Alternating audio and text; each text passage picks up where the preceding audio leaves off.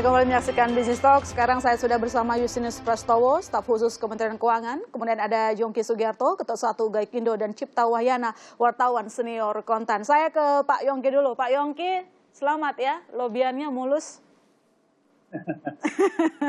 Nah, kira-kira apa kuncinya nih sampai akhirnya kemarin kita tahu pihak Kementerian Keuangan menolak, tapi sekarang sudah diaminkan insentif pajak mobil? Saya rasa tidak ada kuncinya.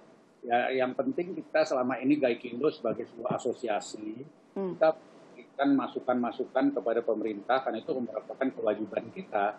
Ya kan, apa yang sebaiknya dilakukan dan apa juga yang di negara-negara tetangga sudah dilakukan dan lain-lain. Supaya kita memberikan masukan ini kan agar pemerintah juga mengambil satu keputusan yang tepat. Ya kan? Sampai kita memberikan masukan yang salah, gitu. Kita harus memberikan masukan yang benar supaya keputusan yang diambil atau langkah yang diambil oleh pemerintah juga merupakan langkah yang benar. Hanya itu saja sebetulnya. Jadi kami memberikan masukan-masukan saja setiap kali data-data kami sampaikan, ya kan, itu aja. Jadi untuk bahan pertimbangan pemerintah dalam hal ini melalui Kementerian. Data-data yang disampaikan termasuk soal kondisi otomotif yang terpuruk gitu maksudnya, Pak?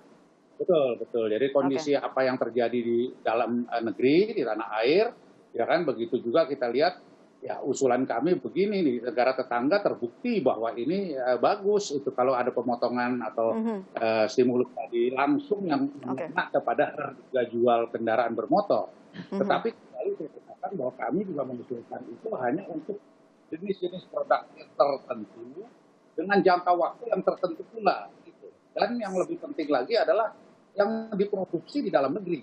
Jadi kita tidak care kepada yang produksi luar negeri, buat apa? Kita kan mau produksi dalam negeri, pabrik-pabrik yang ada di sini, pabrik komponen, karyawannya, ini yang harus kita bela mati-matian gitu. Jadi itu aja masukan-masukan yang kami berikan kepada pemerintah. Gitu. Oke, TKDN jadi perhatian gitu ya, Pak. Saya ke Pak Justinus. Pak Justinus, ini Kementerian Keuangan sempat menolak, sekarang diterima usulan tersebut. Apa pertimbangannya? Ya, kami pastikan kami belum pernah menolak usulan dari Kementerian Perindustrian. Tetapi waktu sekitar bulan September, Oktober diajukan, kami sedang melakukan kajian efektivitas pemberian insentif pada waktu itu, karena kita sedang melihat dua hal. Yang pertama, realisasi pertumbuhan ekonomi di kuartal 2 dan kuartal 3, serta efektivitas skema stimulus fiskal yang telah digelontorkan, terutama untuk sektor UMKM dan yang lain. Sekarang kita melihat momentumnya tepat karena kita melihat tren pertumbuhan ekonomi yang meningkat, lalu penjualan kendaraan juga sudah menunjukkan tren yang meningkat, maka baik kalau ini diakselerasi, terutama kita melihat juga konsumsi kelompok menengah atas yang masih agak tertahan. Jadi di sini timingnya tepat untuk mendorong pertumbuhan ekonomi di kuartal 1 dan 2 2021, Mbak Idon. Artinya usulan permintaan insentif pajak kemarin dianggap sangat efektif untuk mendorong daya beli gitu ya? Ya, kita melihat sektor-sektor yang punya kontribusi cukup besar pada PDB, melibatkan cukup banyak supply chain dan penyerapan tenaga kerja, serta secara cepat bisa langsung diberi insentif dan tidak perlu rumit dalam administrasi. Dalam hal ini mudah. Ini kan sektor otomotif tidak minta subsidi, tidak minta stimulus tambahan, cukup relaksasi PPNBM, dan itu tinggal mengubah peraturan menteri, lalu langsung bisa diterapkan. Oke, baik. Saya ke Mas Cipta kalau begitu. Mas Cipta, benarkah kebijakan ini dapat mendorong daya beli masyarakat? Ya, tadi dalam pembukaan sebenarnya kita sudah bahas juga bahwa kalau dilihat dari sisi pengeluaran ya, memang ekonomi Indonesia itu separuh lebih atau 57% bahkan itu disumbang oleh konsumsi. Dan kalau kita bedah lagi, ternyata memang porsi terbesar itu berasal dari kelas menengah atas gitu. Nah, kali ini memang memberi insentif PPNBM ini kan sebenarnya mau menggoda nih kelas menengah atas supaya ayo belanja sekarang gitu ya.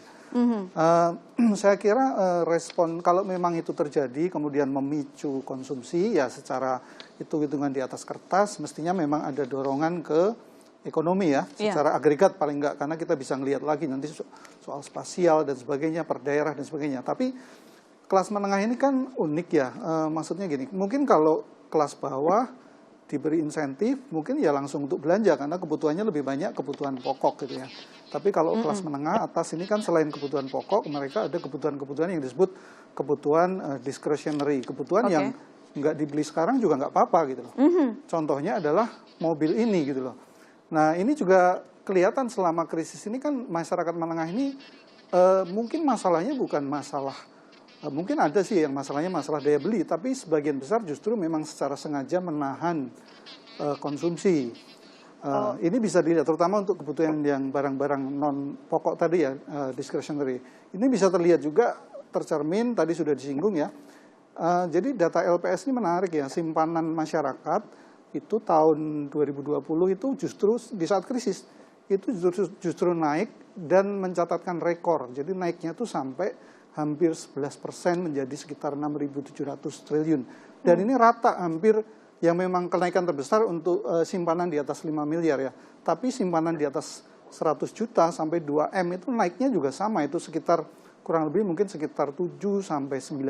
Artinya memang masyarakat memang menahan karena memang dalam kondisi seperti ini ya lebih aman kita berjaga-jaga gitu untuk kebutuhan-kebutuhan non pokok. Nah mobil ini kan masuk kategori ini gitu, masuk kategori ini. Jadi apakah akan tergoda? Nah ini sebenarnya mungkin pertanyaannya perlu kita lempar ke teman-teman Gaikindo sebenarnya. Seberapa menarik nanti godaannya ini, karena diskon ini kan wilayah yang dalam tanda kutip buat konsumen itu misteri gitu, diskon mobil itu. Hari ini kita beli diskonnya 10 juta, minggu depan tiba-tiba jadi 20 juta gitu. Jadi kita tidak tahu sebenarnya ini seperti apa, yang menentukan apa. Ada yang bilang yang menentukan sebenarnya selain margin, ada margin produk, tapi juga persaingan dan sebagainya. Nah, pertanyaannya setelah ada PPNBM ini, insentif itu nanti pada akhirnya, itu penurunan harga itu seberapa besar gitu. Kemudian kan selain ada mestinya potensi penurunan harga dari diskon PPNBM, ada juga diskon-diskon yang selama ini sudah ada kan. Nah, menjadi totalnya berapa manfaat yang bisa diperoleh tambahan oleh konsumen. Lalu tadi sebenarnya menarik juga ada tambahan DP 0% ya, sudah disebut dari OJK. Nah ini memang menjadi menarik karena mungkin yang ada barrier entry level masuk tadinya mungkin nggak punya uang muka, sekarang kemudian ada peluang untuk mereka beli gitu ya.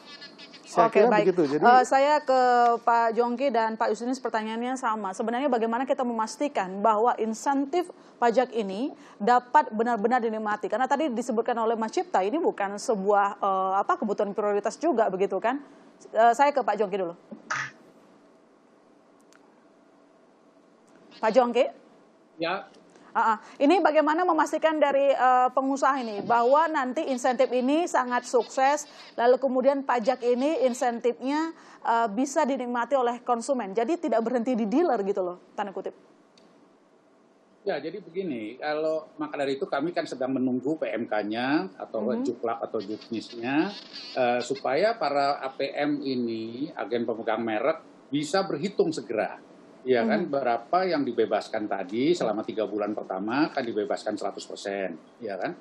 Nah, sehingga mereka sudah bisa mengumumkan harga jualnya, walaupun itu nanti 1 Maret, tetapi ya kita lupakan dulu lah yang 2 minggu ini nanti sampai dengan 1 Maret, ya kan. Mungkin orang akan stop pembelian tentunya untuk jenis-jenis mobil tertentu.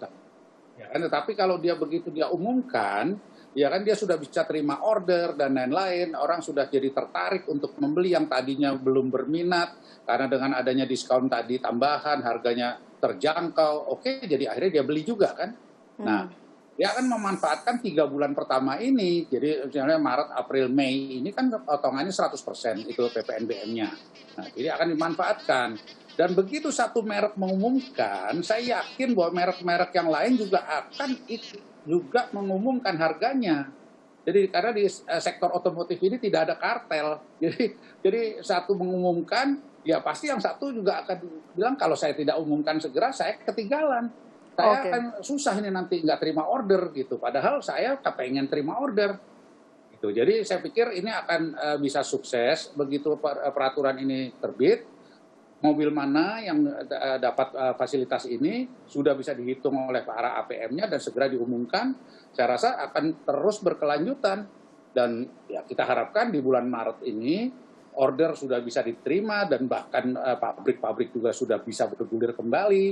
Ya kan, saya pikir kita harapkan penjualan ini bisa meningkat perlahan, tetapi di bulan Maret sudah bisa kelihatan gitu Maret sudah bisa kelihatan gitu. Saya ke Pak Justinus, bagaimana kira-kira Anda pemerintah memastikan bahwa kebijakan fiskal yang dikeluarkan oleh pemerintah benar-benar dinikmati oleh masyarakat? Ya, yang pertama kami menerapkan kebijakan evaluasi pada 3 bulan pertama untuk melihat efektivitas kebijakan ini. Yang kedua, PPNBM ini kan hanya dipungut sekali saat pabrikan menyerahkan kendaraan. Akan sangat dirugikan kalau ada pabrikan yang memainkan kebijakan ini dengan tidak menurunkan harga. Karena tadi Pak Yongki sampaikan, justru ini kesempatan pabrikan sampai nanti ke dealer untuk memberikan harga yang kompetitif. Karena tujuannya ini menggerakkan industri yang saat ini kekurangan demand dan mengalami oversupply, overstock, dan juga ada idle capacity. Ini yang menjadi pertimbangan. Jadi ibaratnya industri sekarang ini rugi besar. Ini yang setidaknya menutupi kekurangan dan bisa mendongkrak terlebih dahulu. Tidak akan sampai mengejar penerimaan atau penjualan sama dengan sebelum pandemi. Jadi rasanya ini sudah win-win karena industri juga akan dibantu dan kami melihat skema harga pun nanti yang ditawarkan akan kompetitif. Karena kalau sampai tidak memanfaatkan dengan baik, akan dirugikan mereka. Tadi Pak Yongki sampaikan nggak ada kartel di sini. Oke, kalau sektor lain apakah kira-kira nanti akan ada lagi calon yang mendapatkan insentif sama seperti otomotif? Ya Mbak Ilona, Kementerian Keuangan bersama kementerian lain saat ini terus merumuskan skema insentif dalam program pemulihan ekonomi nasional di APBN 2021. Tadi Pak Menko juga sudah menyampaikan beberapa sektor yang telah mendapatkan insentif. Kita terus mengupayakan termasuk dukungan untuk sektor retail, perhotelan, pariwisata, dan lain-lain. Ini juga menjadi perhatian. Lalu juga bagaimana pelaku UMKM mendapatkan dukungan lebih kuat lagi. Dan saat ini sedang dirancang program padat karya yang produktif melibatkan berbagai kementerian untuk menggerakkan bersama-sama. Sehingga sektor yang bisa didukung, pemerintah komit untuk menjadi off-taker, sehingga dapat menggerakkan demand yang sekaligus menggerakkan perekonomian. Oke, rancangan insentif untuk sektor lain tengah dipersiapkan. Sesaat lagi, saudara, di segmen 3 kita sudah membahas konkret di lapangannya. Nanti kita akan bahas soal brankas negara. Apa yang terjadi setelah kebijakan gratis pajak mobil ini selengkapnya di Stok masih akan segera kembali.